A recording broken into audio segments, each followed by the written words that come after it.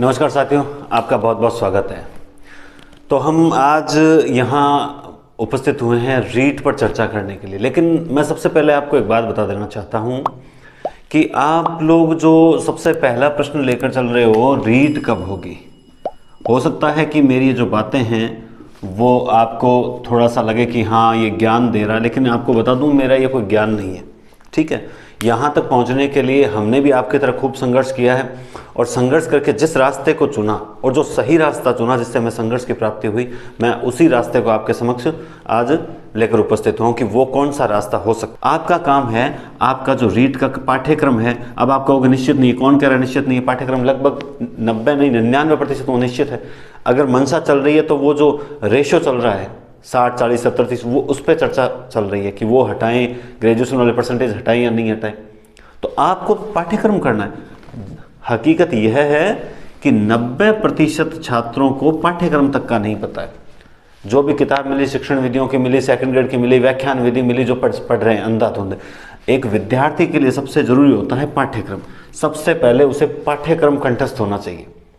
उसके हिंदी के जो 30 प्रश्न हैं उनमें जो भाषा के तत्व हैं, घटक हैं, जो LSRW नियम, जो वो चीज़ें, उसके अलावा पाठ्यक्रम में शिक्षण विधियों में कुछ विशेष है ही नहीं। हाँ, हम थोड़ा बहुत विस्तार से जरूर पढ़ेंगे, लेकिन पहले पूरा पाठ्यक्रम तो देखो। व्याकरण के अंदर भी कुछ नहीं पता। व्याकरण है, व्याकरण में क्या है? क्रिया है या नहीं है, अव्यय है या नहीं है, वाक्य है या नहीं है, विलोम शब्द है या नहीं है, पर्यायवाची है या नहीं। एक एक चीज क्लियर होनी चाहिए। लेकिन वो हम अपना काम तो हम कर नहीं रहे, सरकार के कामों में हम दखल करने का प्रयास कर रहे हैं। रीट कभी भी हो, आप एक बात कान खोल कर सुन लो। हो सकता है मेरे कड़वे जो शब्द हैं आपको बुरे लगें, लेकिन इस बार रीट गला काट प्रतियोगिता होगी। बिल्कुल गला काट प्रतियोगिता होगी। क्यों होगी? इसका सीधा सीधा कारण यह है कि इसके आसपास और कोई वैकेंसी नहीं है। ना फर्स्ट ग्रेड है, अभी तक उसकी कोई चर्चा नहीं है। रीट की कम से कम चर्चा तो है। ना ग्राम सेवक, ना पटवारी, एक कॉलेज लेक्चरर है, उसमें हर कोई एलिजिबल है नहीं। ठीक है, तो जब रीट के आसपास कोई वैकेंसी नहीं है तो सबका पूरा कंसंट्रेट, एकाग्रता जो है वो रीट पर होगी। और आप 10% स्टूडेंट नहीं ऐसे हैं जो रीट की तैयारी में लगे हुए हैं। उन्हें मतलब नहीं है कब आएगी। पिछली फर्स्ट ग्रेड के अंदर वो लग गए जो टंकी गैंग के चक्कर में नहीं पड़े थे। जो टंकी गैंग के चक्कर में नहीं पड़े थे वो सारे लग चुके हैं। ठीक है, और जो टंकी गैंग के चक्कर में पड़े थे वो सारे फर्स्ट ग्रेड में रह चुके हैं। तो आपको क्या करना है? आपका काम है पाठ्यक्रम। आपको पता होना चाहिए कि लगभग जो मनोविज्ञान है, रीट की जो मनोविज्ञान है, वो आपको पता है फर्स्ट ग्रेड सेकंड ग्रेड से भी टफ आती है। उसके अंदर बाल विकास है, अभिवृद्धि, अधिगम है। ठीक है, इसके अलावा क्रियात्मक अनुसंधान है। तो ये 6 टॉपिक है, मैंने देख रखा है 6 टॉपिक हैं, 6 बिंदु हैं। उसमें एक एक बिंदु काफी थोड़ा बड़ा है। बुद्धि भी है, अधिगम भी है, अभिवृद्धि भी है ना। आपका काम है इन 6 टॉपिकों को क्लियर करना। नहीं, हम वो नहीं करेंगे। हम क्या करेंगे? हम नोट्स के पीछे भागेंगे। मैं आपको रणनीति बताऊंगा, तैयारी कैसे करनी है उस पर भी मैं चर्चा करूंगा। लेकिन पहले मैं कुछ बातों पर विशेष ध्यान देना चाहता हूं जो आप फालतू सोशल मीडिया, सबसे ज़्यादा स्टूडेंट भटक रहे हैं इन नोट्स के पीछे। मुझे बताओ, इन नोट्स को हासिल करके कर क्या लोगे? क्या सारे नोट्स पढ़ने वाले सेलेक्ट हो जाते हैं क्या?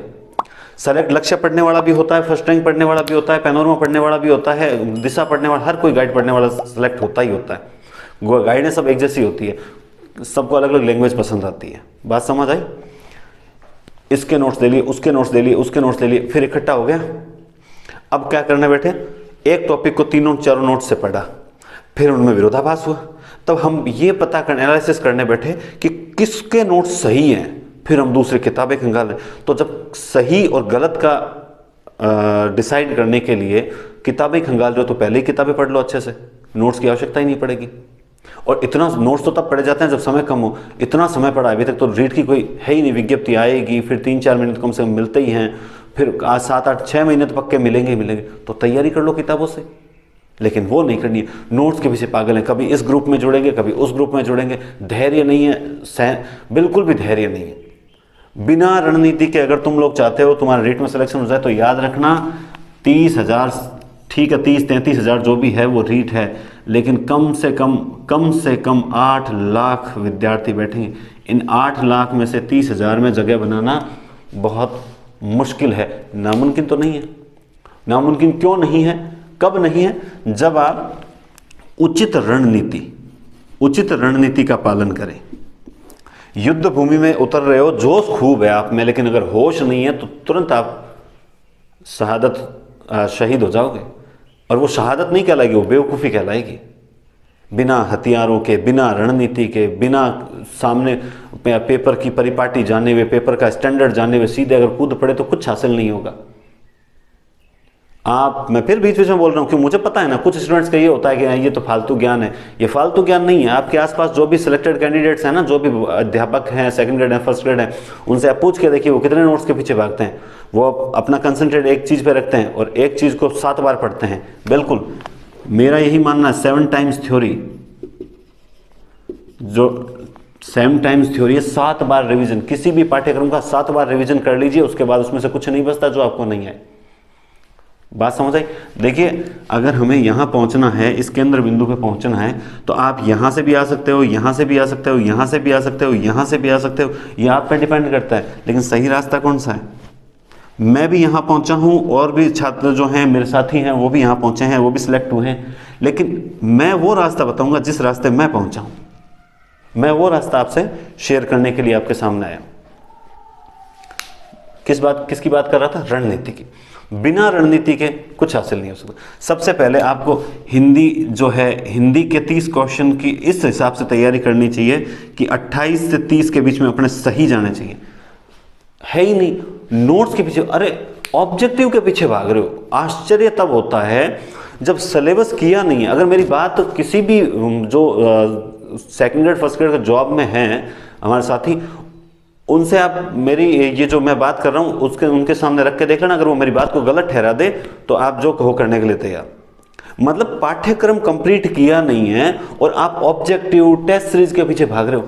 सर हमें डिस्कशन करने के लिए टेस्ट सीरीज करने, क्या है डिस्कशन? क्या टेस्ट सीरीज है? सिलेबस पढ़ा नहीं है, पाठ्यक्रम पढ़ा नहीं है और आप डिस्कशन करोगे? हद होती है। सर मैं वीडियो नहीं देख पा रहा हूँ, अभी तो मैं शादी में बिजी हूँ। अच्छा, शादी ज़्यादा बिजी है, शादी ज़्यादा व्यस्त आपके इस पढ़ाई से ज़्यादा इंपॉर्टेंट है। ठीक है, आप शादी अटेंड करो, कोई कुछ अटेंड कर रहा है, रीट इतनी इंपॉर्टेंट कहाँ है? बस रीट के लिए तो हम हल्ला करते रहेंगे, अरे रीट नहीं आ रही, रीट नहीं आ रही, बाकी अपना काम करते रहेंगे। वीडियो न देखने के हज़ारों बहाने हैं, वीडियो देखने का एक भी बहाना है, सिर्फ एक ही बहाना है कि नहीं मुझे रीट क्लियर करनी है। लेकिन नहीं, फेसबुक पे, व्हाट्सएप पे खूब टाइम वेस्ट कर देंगे, लेकिन पढ़ेंगे नहीं। इनके लिए लिमिटेड टाइम होना चाहिए और बल्कि बाकी चीज़ों के लिए खूब टाइम होना चाहिए, लेकिन नहीं। बस ये रणनीति आपके पास नहीं कि क्यों भाग रहे हो, ऑब्जेक्टिव के पीछे क्यों भाग रहे हो। ऑब्जेक्टिव लास्ट 1 मंथ में किया जाता है कि हाँ आपने कम से कम 2 बार सिलेबस कर लिया। अब आप जब तीसरी बार सिलेबस करने जा रहे हो तो एक टॉपिक लिया, पूरा टॉपिक अच्छे से क्लियर किया, ऑब्जेक्टिव किया, जो चीज़ नहीं है उसको क्लियर किया, एक टॉपिक रख दिया। दूसरा फिर टॉपिक लिया, ऑब्जेक्टिव क्लियर किए, ऑब्जेक्टिव नहीं है, फिर सीधे ही ऑब्जेक्टिव भेज रहे हैं। सर ये इसका आंसर क्या होगा? जब टॉपिक हुआ नहीं है, मैं समझा रहा हूं विशेषण और सामने वाला मुझे भेज रहा है संधि के प्रश्न। अच्छा सर हम संधि कर रहे हो, आप अगर पीछे चल रहे हो तो हम क्या करें? तो पीछे चल रहे हो, आपके विशेषण क्लियर है क्या? अगर विशेषण क्लियर है तब तो मुझे बताओ। मेरा जो टॉपिक चल रहा है उससे संबंधित आपको किसी प्रकार की दिक्कत हो वो पूछो ना, ताकि मैं भी और अच्छे से बता पाऊं। लेकिन ऐसा हमें नहीं करना है। हमारे पास रणनीति तो है ही नहीं, हम तो इधर उधर हाथ पैर मार रहे हैं और तैयारी कर रहे हैं। ऐसे तैयारी थोड़ी कहेंगे, ये बेवकूफ़ी है। आपको ये नहीं पता है, अभी तक 90% स्टूडेंट्स की बात कर रहा हूं जिनको ये नहीं पता है कि सामाजिक का जो सिलेबस दिया हुआ है उसमें टोटल 12 टॉपिक दिए हुए हैं। उनमें से 10 टॉपिक जो ज्योग्राफी पॉलिटिकल हिस्ट्री के हैं और फिर 2 टॉपिक जो हैं वो शिक्षा शास्त्रीय मुद्दे, जो थोड़ी शिक्षण विधियां कह सकते हैं, उनके हैं। हम इन 10 को छोड़कर सबसे पहले इन 2 के, वो भी ऑब्जेक्टिव पे पढ़े हैं, पीछे ऑब्जेक्टिव के पीछे पढ़े हैं।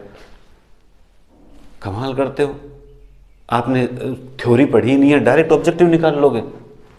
नेट अब कॉलेज लेक्चरर के जो वैकेंसी आई हुई है उसमें जो बड़े बड़े विद्वान तैयारी करेंगे, ठीक है, उनसे पूछो देखें वो सीधा ऑब्जेक्टिव निकाल रहे हैं क्या? अभी तक सारे किताबें कलेक्शन करने में लगे हुए हैं, सेलेक्टेड मैटर कलेक्शन करने में लगे हुए हैं और फिर वो तैयारी करने में जुटेंगे। ऑब्जेक्टिव तो बहुत देर की बात होगी। लेकिन हो सकता है मेरी बात बुरी लगे, मैं बीच बीच में बार बार ये बात बोल रहा हूँ, ठीक है ना। आप करो या न करो, लेकिन आपको सही समय प्रबंधन, अनुशासनात्मक, नियमित रहकर तैयारी करनी होगी, तभी जाकर सिलेक्शन। कल रात को ही एक प्रश्न पूछा गया कि सर आपने कितने घंटे तैयारी की। ये कोई मायना तो है नहीं, पैमाना तो है नहीं कि मैंने जितने घंटे तैयारी की उतने में से। कुछ लोग 5 घंटे तैयारी करके भी सिलेक्ट हो जाते हैं, कुछ लोग 10 घंटे भी। लेकिन मैं चूंकि परिस्थितियों के अनुसार होता है टाइम, मैंने 17 घंटे भी दिए हैं। सुबह 7 से लेकर रात को 2-3 बजे तक भी तैयारी की, क्योंकि जब जिहाद होता है ना, जिहाद, एक तरफ 5000 सैनिक हैं और एक तरफ 1 लाख सैनिक हैं। 5000 सैनिकों को हार दिखती है, लेकिन वो मरने या आर या पार की स्थिति में उतर जाते हैं। जिहाद होता है उनके लिए। उसके बाद वो देखते हैं या तो उस पार और या फिर इस पार। तो वही मेरा था कि इस बार इसमें सीट निकालनी ही निकालनी। उसके बाद कोई किंतु परंतु नहीं रहता और निकाल। और जो आप शिक्षण विधियां कर रहे हो, पहले अच्छा सा मैटर देखा कि कौन सी बुक अच्छी आ रही है मार्केट के अंदर। और जो भी बुक अच्छी आई थी मार्केट के अंदर, मैं किसी का प्रचार नहीं कर रहा, ठीक है, जिसको पूछना होगा मेरे से पूछ लेगा। उस बुक को कम से कम 17 बार पढ़ा था। अब आप कहोगे फेंक रहा है, हो सकता है आपको लगे, कोई दिक्कत नहीं है, मुझे आपसे गोल्ड मेडल की आवश्यकता भी नहीं है ना। 17 मैं उनके लिए, मैं सिर्फ उन साथियों को बताने जा रहा हूं जिन साथियों को वास्तव में रीट क्लियर करनी है। क्यों बहुत से ऐसे मैसेज आते हैं, सर हम हार चुके हैं, हमारा अंतिम प्रयास है, आप हमारी सहायता कीजिए। और मैं बस इसीलिए यूट्यूब पे आया हूँ, वरना मैं 11वीं-12वीं के बच्चों के लिए भी, उनके लिए भी खैर कर ही रहा हूँ, वो कोई बात नहीं है, उनके लिए वीडियो बनाएंगे। 17 बार शिक्षण विधियों, क्योंकि मेरा सबसे कमजोर पार्ट उस वक्त यही था। जो कमजोर पार्ट, अच्छा एक सबसे बड़ी कमी और बताता हूँ। हम क्या करते हैं, 15 दिन तैयारी की, फिर रीट नहीं आ रही है, तैयारी छोड़ दी। अब 15 दिन के बाद हम वापस वहीं से शुरुआत करेंगे। राजस्थान का क्षेत्रफल 3,42,239, तो 15 दिन पहले, यानी वो 15 दिन पहले पढ़ा था, आज तू वापस वहीं से स्टार्ट करा तो फायदा क्या। सबसे पहले वो चीज पढ़ जो तेरी सबसे कमजोर है, पहले उन टॉपिक्स को क्लियर कर। क्योंकि जो तुझे आते हैं वो तो फिर भी 1-2 घंटे में रिवीजन में हो जाएगा, जो बिल्कुल भी नहीं आते और फिर तुम 3,42,239 वर्ग किलोमीटर से लेकर जैसे ही 75% सिलेबस करोगे, तब तक फिर कोई ना कोई दिक्कत आ जाएगी और वो 25% पीछे छूट गया। फिर नेक्स्ट ईयर वापस स्टार्ट होती है तो वहीं से 3,42,000, वो 25% तो तुम्हारा क्लियर ही नहीं हो रहा है। वो 25% सिलेबस जो है वो क्लियर ही नहीं हो रहा है, फिर तुम कैसे सेलेक्ट हो जाओगे। जब रिजल्ट आता है, और दुनिया में, संसार के अंदर सबसे बड़ी खुशी वो है जब आप सेलेक्ट होते हो और जो रिजल्ट आता है उसमें आपके रोल नंबर होते हैं। उस समय खुशी के, कहते हैं खुशी के आंसू कैसे आते हैं, वो उस समय खुशी के आंसू आते हैं कि मैं सेलेक्ट हो गया, मुझ पर से बेरोजगारी का कलंक हट गया। किस दुनिया की परवाह कर रहे हो आप लोग। वो ऐसे कह रहा है, वो ऐसे कह रहा है। कुछ लोग तो ऐसे कहते हैं, सर आप तो ये बता रहे हो, उसमें तो ये है, तो भाई उसकी मान ले। भरोसा, मैंने फर्स्ट वीडियो में एक बात बोली थी, भरोसा हनुमान जी की तरह रखो, अर्जुन की तरह नहीं। अगर जो कह दिया एक बार, जो कह दिया, मैं आपको गलत क्यों बताऊंगा। गलती रह सकती है तो सुधार की जा सकती है, गलत क्यों बताऊंगा। लेकिन नहीं, हम बस भाग रहे हैं। वो कहते हैं ना कि हड़बड़ाहट है, ये ले लूं, वो ले लूं। क्या कर लोगे, कर क्या लोगे। ये पीछे मेरे पास खूब किताबें पढ़ी है, हिंदी की किताबें पढ़ी है, जीके की किताबें पढ़ी है। क्या मैं सारी पढ़ पाता हूँ, क्या नहीं पढ़ी है मेरे पास। कभी कोई चीज़ देखनी होती तो काम आती है, पढ़नी तो एक ही है। तो सबसे पहले हिंदी के लिए, मनोविज्ञान के लिए सबसे पहले एक किताब ढूंढिए। अब मैं बात करता हूँ रणनीति पर। सबसे पहले आपको अच्छी लगे तो आप उस रणनीति को फॉलो करना, अच्छी लगे तो रणनीति को फॉलो करना, अदरवाइज कोई जरूरी नहीं है। आप सब विद्वान हो, विदुषी हो, है ना। सबसे पहले हर चीज का पढ़ने का भी एक समय होता है।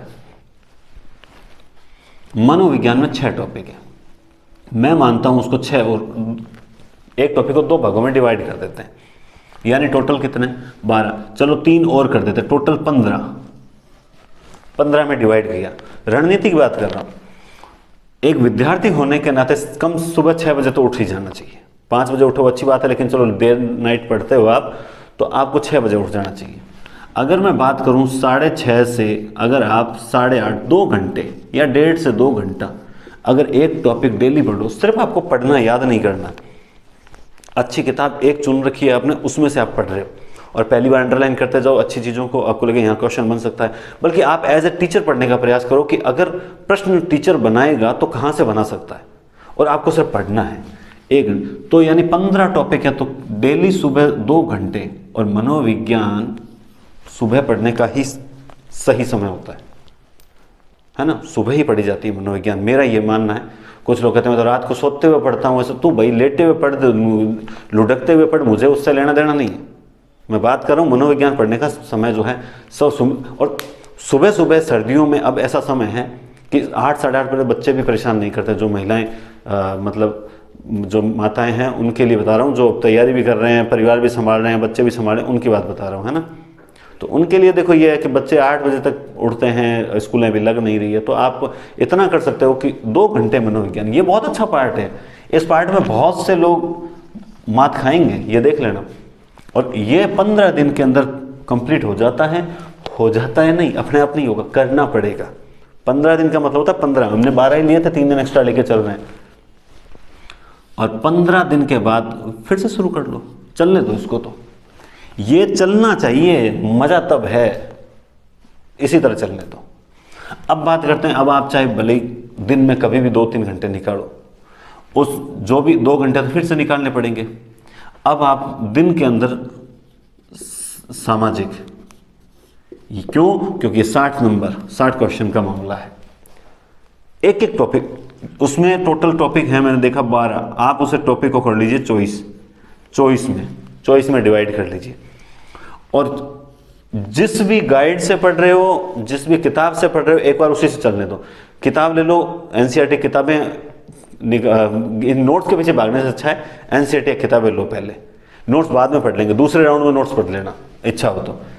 और आप चाहते हो साथ में अटैच करके तो रखो, कोई दिक्कत नहीं, लेकिन आप ज़्यादा एनालिसिस करने मत बैठो कि कौन सी किताब सही है, कौन से नोट सही है, ये करने मत बैठो, आपका ही काम यह नहीं है, ठीक है। सामाजिक अगर आप आराम से 2-2 घंटे अगर पढ़ते हो ना, तो कोई ज़रूरी नहीं है 5-5-6 घंटे पढ़ने की आवश्यकता, तो भी आप आराम से 24 दिन के अंदर क्लियर, यानी 2 बार मनोविज्ञान होगी तब तक 1 बार सामाजिक हो जाएगी। और हिंदी तो ऐसी है, शाम को 8 से 9 या जब भी 1 घंटा आपको टाइम मिलता है, ठीक है, 7 से 8 या 5 से 6, जब भी कभी भी 1 घंटा निकाल के, और पूरी हिंदी मैं वीडियो में डालूंगा और आपको नोट्स बना के दूंगा। वो मैं नोट्स कौन से दे रहा हूँ, जो मैं पढ़ा रहा हूँ वही दूंगा आपको। आप जो भी किताब ले रहे हो वो ले लीजिए, कोई दिक्कत नहीं है। और 1 घंटा हिंदी को दे दीजिए, उसमें भी मैं आपकी क्लियर करवा दूंगा।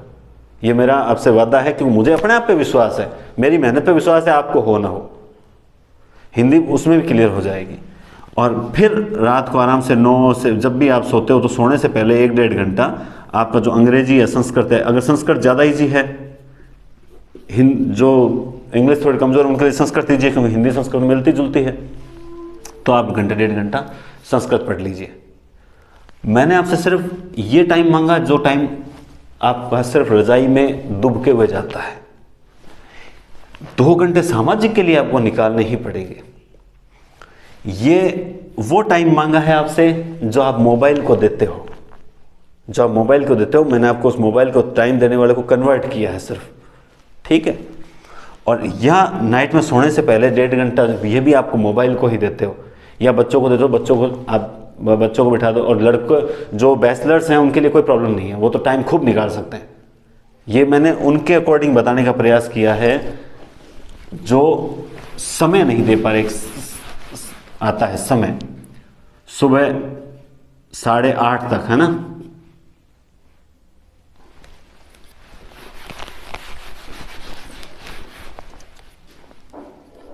सुबह 6:30 से 8:30, दोपहर में कोई से भी 2 घंटे, सोना जरूरी थोड़ी है, नींद लेनी जरूरी थोड़ी है। और शाम को 1 घंटा आप जब, और रात को 1 घंटा, बस ये टाइम फिक्स होना चाहिए, इसके अलावा किसी भी टाइम की आवश्यकता नहीं। समझ आई बात? ये टाइम फिक्स अगर है मनोविज्ञान, मैं आपको वादा करता हूं, ये भी सिलेबस 20 दिन का है, ये भी सिलेबस 20 दिन का है, और ये सिलेबस तो एक बार की बात करूं 15 और यानी 1 महीने का सिलेबस है। सर बताना आसान है, करना मुश्किल है, ये आपका वहम होगा, आपकी गलतफहमी होगी। सेकंड ग्रेड का सिलेबस इससे बड़ा होता है और वो भी इसी रणनीति के तहत 2 महीने के अंदर 3-3 4-4 बार किया, इसीलिए 17 घंटे पढ़ना पड़ा, इसीलिए 17 घंटे पढ़ना पड़ा। और शिक्षण विधियों को 17-17 बार भी किया हुआ है। बात आई समझ में कि जब एग्जाम में जाते हैं एक भी प्रश्न ऐसा नहीं होता जो हमें आता नहीं हो। इसलिए ये गलतफहमी है, कहना सरल है, इजी टू से बट हार्ड टू डू, ये किसी और को कहिएगा। और अगर जिद और जुनून है ना तो ये मुश्किल नहीं है, और अगर रगों में वो उबाल नहीं है ना तो ये मुश्किल है।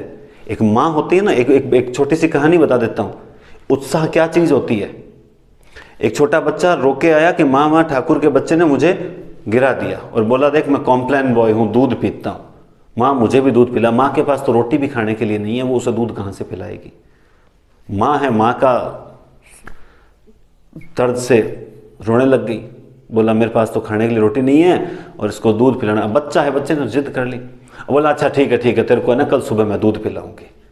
सुबह बच्चे के उठने से पहले ही उसने पानी में आटा घोल के और बिना दिखाए बोले बेटा आज तेरे लिए दूध लेके आई, लिए लो दूध पी ले, अब तू भी ताकतवर हो गया, जा उससे अब लड़के दिखा, उसे बोल अब मेरे से लड़के दिखा। और वो उसे हरा देता है। क्या आटे में ताकत थी? नहीं, उत्साह में ताकत थी, मनोबल में ताकत थी। उसने उसको यह एहसास दिला दिया कि तू ताकतवर है। उसने उस माँ ने उस बच्चे को अपनी शक्तियों से परिचित करवाया है, और वही काम मैं कर रहा हूं कि आपको अपनी शक्तियों से परिचित करवा रहा हूं।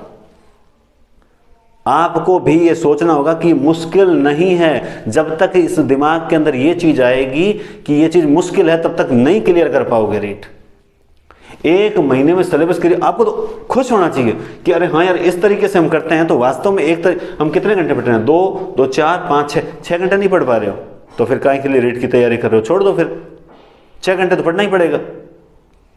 आपको तो खुश होना चाहिए कि यार 6 घंटे पढ़ने से अपना रीट का सिलेबस क्लियर होता है। अच्छा चलो मान लो कि 10% सिलेबस नहीं हो पाया, क्या दिक्कत है? एक प्रयास किया, कोशिश अक्सर कामयाब होती है। आप कोशिश करते रहिए, कोशिश अक्सर कामयाब होती है। आप प्रयास कर रहे हो सकता है 90% तो क्लियर हो जाएगा। चलो मेरी बात पूर्ण रूप से सही नहीं हुई, पढ़ने की गति, आईक्यू लेवल सबका सेम नहीं होता है। मैंने सिर्फ पढ़ने का कहा, याद तो करने का कहा ही नहीं। जिसने याद करने की सोची उससे नहीं होगा, और पढ़ने का कहा वो पढ़ लेगा। अब कैसे पढ़ने से क्या होता है? पढ़ के देख तो सही, पढ़ने से क्या होता है? देख तो सही पढ़ने से। आपको मैंने उस दिन भी एग्जाम्पल दिया था, ये डायग्राम अगर मनोविज्ञान कुछ कहता है तो वो ऐसे ही नहीं कहता है। आप शुरुआत में आपको लगेगा बड़ा संघर्ष होगा, सर्दी में उठा नहीं जाएगा, रजाई छूटेगी नहीं, सर्दी लगेगी, चाय से पहले आंख नहीं खुलेगी, हजारों समस्याएं होगी, ऊपर वाला भी पूरी परीक्षाएं लेता है। देखते हैं इसमें कितना जज्बा है अपने लक्ष्य के प्रति आगे बढ़ने का, इसीलिए संघर्ष खूब होगा, रिजल्ट इतना सा मिलेगा।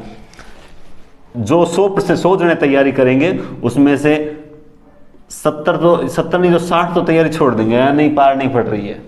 और वो छोड़ेंगे किस बहाने से? काके रे ब्याह में जाना, मामी रे ब्याह में जाना, अभी बर्थडे है, क्या है तो बर्थडे अटेंड करता फिर तू। सर आप समझते नहीं हो, हम महिलाओं के ये होता है। मेरी बहनें भी लगी हुई है, उनके भी बच्चे हैं, ठीक है, वो भी फर्स्ट ग्रेड हैं, इसलिए वो भी आप मत सिखाइए। और बहुत सी ऐसी बहनें हैं जो लगी हुई है, बच्चे परिवार सबको संभालते हुए। ये बहाने महिलाओं से कह रहा हूँ छोड़ दीजिए। अगर तैयारी करनी है तो फिर करनी है। ये बहाने किसको बता रहे हो आप? जो लग रही हैं, क्या उनके परिवार में समस्याएं नहीं थी? वो ऐसे ही लग गई। मेरी बातें बुरी लग सकती है लेकिन जरूरी है। लगातार मेहनत करने से एक दिन ये भी आएगा कि अगर चौथी बार 1, 2, 3, 4 वैसे ही 5 चरणों का होता है, मैंने 4 बनाए, 5 बार अगर आपका सिलेबस रिवीजन हो जाएगा तो आपकी सिर्फ पूरा सिलेबस कंठस्थ हो जाएगा। और जब 17 बार शिक्षण विधियां पढ़ी थी तो ये तक पता चल गया था कि कौन सी लाइन कहां किस पेज पे लिखी हुई है। कोशिश करके तो देखिए, कोशिशें अक्सर कामयाब होती है, लेकिन मैं तो कहता हूं मेरी हर बार कोशिश कामयाब ही हुई है। अगर जब भी मैं असफल हुआ हूं किसी एग्जाम में तो वो मेरे ही कारण से हुआ हूं, किसी और के कारण से नहीं हुआ। उसमें मैंने अपने में कमी निकाली कि हाँ मेरी कमी थी और मैं नेक्स्ट जो भर्ती आएगी या नेक्स्ट जो भी एग्ज़ाम होगा उसमें ये कमी नहीं छोड़ूंगा। बात को समझिए और अच्छे से रणनीति बना के आप कहोगे तो मैं व्हाट्सअप जो अपना टेलीग्राम व्हाट्सअप ग्रुप है उसके अंदर डाल दूंगा पूरा कि आपको ये टाइम ये किताबें भी डाल दूंगा, आप ये किताबें पढ़ो मेरे हिसाब से। इससे ज़्यादा मैं और क्या कर सकता हूँ। अब रही बात कि आपके मन में एक कल भी प्रश्न पूछा था, सर मतलब पढ़ाई में ध्यान नहीं लगता। तो ध्यान तो सीधी सी बात यह है कि एक बार किताबें साइड में रख के और सोच लीजिए कि आपको वास्तव में लगना है कि नहीं लगना है। अगर लगना है तो ध्यान लगेगा नहीं, दौड़ेगा। भाई साहब नींद नहीं आती है, जिनको लगना होता है ना उनको नींद नहीं आती है। रात को भी 12 बज जाते हैं, वो सोच रहा है नींद नहीं आ रही है, कुछ और पढ़ लूँ कुछ और पढ़ लूँ। 10th के बच्चे भी ऐसे होते हैं, तुम्हें नींद कैसे आ जाती है? सोचो, लगने की झिझक नहीं है अभी तक। जब है ना चारों तरफ से आपको मतलब ऐसे नकारात्मक माहौल मिलता है और घबरा जाते हो ना, रोने को हो जाते हो, तब सोचते हैं नहीं अब जॉब चाहिए हमें। अभी तक आपको है ना एहसास नहीं हुआ है बेरोजगारी का। जिन जिन को एहसास हुआ है ना बेरोजगारी का, वो सब तैयारी कर रहे हैं। जो इस बेरोजगारी के कलंक से इस बार मुक्ति चाहते हैं वो सब तैयारी में लगे हुए हैं। और इस गला काट प्रतियोगिता में वही निकलेगा आगे जो उचित रणनीति, नियमितता, अनुशासन में रहकर तैयारी करेगा। मुझे नहीं पता मैं कितना कुछ कहने वाला था, कितना कुछ कह रहा हूं, लेकिन तैयारी के लिए आपको जिद प्लस जुनून बराबर जीत, आपको ये करना ही पड़ेगा। आपके पास कोई दूसरा ऑप्शन ही नहीं है। जो नित्य कर्म है, खाना पीना, ठीक है, नहाना धोना, इनको छोड़कर आपको पूरा टाइम तैयारी को देना होगा। पूरा टाइम 6 घंटे बताए मैंने। जिनके पास समय ज़्यादा है 8 कर लें, 10 कर लें, लेकिन बीच में ब्रेक दे के कीजिएगा। जो महिलाएं परिवार संभाल के कर रही हैं उनको ये टाइम बेस्ट है। जितना एक बार सर हमें रीति रिवाज में निभाने पड़ते हैं, घर परिवार देखना ऐसे चलता नहीं है, तो ठीक है आप वो चला लो। आप सबको खुश रख लो, कोई दिक्कत नहीं, आप सबको खुश रख लो। ये दुनिया तो वो है जो चढ़ते हुए भी हंसेगी और उतरते हुए भी हंसेगी। बात समझ आ रही है ना? जो पिछली फरवरी रीट हुई थी ना, वो रीट का पेपर मैं देने नहीं गया था। 11 फरवरी को रीट का पेपर था, चूरू सेंटर था, मैं देने नहीं गया था। क्यों? क्योंकि मैंने कहा मुझे नहीं लगना। क्यों? मुझे पता मैं रीट, मेरे सेकंड ग्रेड एक एम था। 15 फरवरी को रिजल्ट आया था सेकंड ग्रेड का। 11 से 15 का जो दौर था उसमें मुझे खूब डांट पड़ी थी कि 30,000 की वैकेंसी है, नहीं देने जा रहा, जिद्दी है, ये है वो है। हजारों खूब डांट पड़ी रिश्तेदारों से, पेपर क्यों नहीं दिया, पेपर क्यों नहीं दिया। लेकिन सबसे बड़ी बात है मेरे माँ बाप को मुझ पर भरोसा था कि इसका होगा सेकंड ग्रेड में। बोला कि रिजल्ट आने से पहले कैसे क्लियर कर लिया। और जब 15 फरवरी को रिजल्ट आया तो मेरा सिलेक्शन हो भी गया। 15 फरवरी 2017, वो 16 वाली भर्ती थी ना, उसके बाद 15 फरवरी 2018। जो लोग मुझे कह रहे थे कि देने नहीं गया, जिद्दी है, वही लोग वापस क्या कहने लगे, तेरा तो सिलेक्शन पक्का ही है, मुझे पता ही था, यही था। कल तक जो अपना बारे में सबसे, जब आप अच्छे मार्ग की ओर जाते हो, सबसे ज़्यादा आपको उस मार्ग से वंचित करने के लिए, जो हटाने के लिए अपने ही होते हैं। छोड़ दीजिए परवाह, तैयारी में जुट जाइए। जिस दिन लग गए उस दिन ये सारे अपने जो छोड़ के जा रहे हैं वापस आ जाएंगे। मैं तो इतना जानता हूँ। मेरे लिए किताबों से बढ़कर कुछ नहीं है। प्रेमचंद ने भी कहा है, मुंशी प्रेमचंद ने कहा है कि कपड़े भले ही पुराने पहनो लेकिन किताबें हमेशा नहीं पढ़ो। और आपके पास अगर ये 20 मिनट भी नहीं है वीडियो सुनने के लिए, जो बीच में छोड़ के चले गए, ये बात मैं सबसे लास्ट में कह रहा हूँ, तो फिर उनमें धैर्य नहीं है और वो अपने आप को विशेष ज्ञानी समझते हैं। और मैं मानता हूँ भगवान उनकी मनोकामना पूरी करे। ठीक है। रही बात, अब जो नेक्स्ट वीडियो आएगा वो कुछ दिन के गैप से आएगा। क्यों आएगा इसका कारण आपको व्हाट्सएप और फेसबुक पे स्टेटस पे या टेलीग्राम में मिल जाएगा। अभी मैं आपसे चर्चा नहीं कर रहा हूँ, लेकिन कुछ विशेष परिस्थितियाँ होने के कारण नेक्स्ट वीडियो जो आएगा वो लगभग 10 से 15 दिन बाद आएगा इस वीडियो के बाद। तो मैं उम्मीद करता हूँ कि मेरी बातें आपको कुछ समझ आई होगी। फिर भी कुछ अगर मेरी ओर से मैंने कुछ कड़वा बोल दिया हो, थोड़ा बुरा बोल दिया हो, तो उसके लिए मैं क्षमा प्रार्थी हूँ। लेकिन अगर आप वास्तव में मैं आपका सिलेक्शन चाहता हूँ तो मैंने जो कहा है वो एकदम सच है, उसमें कोई दो राय नहीं। ठीक है, बहुत बहुत धन्यवाद। और बढ़िया से रणनीति एक बार आप बना के ट्राई तो कीजिए, आप कभी मुझे गलत नहीं समझेंगे। बहुत बहुत धन्यवाद। ठीक है, शुभ रात्रि।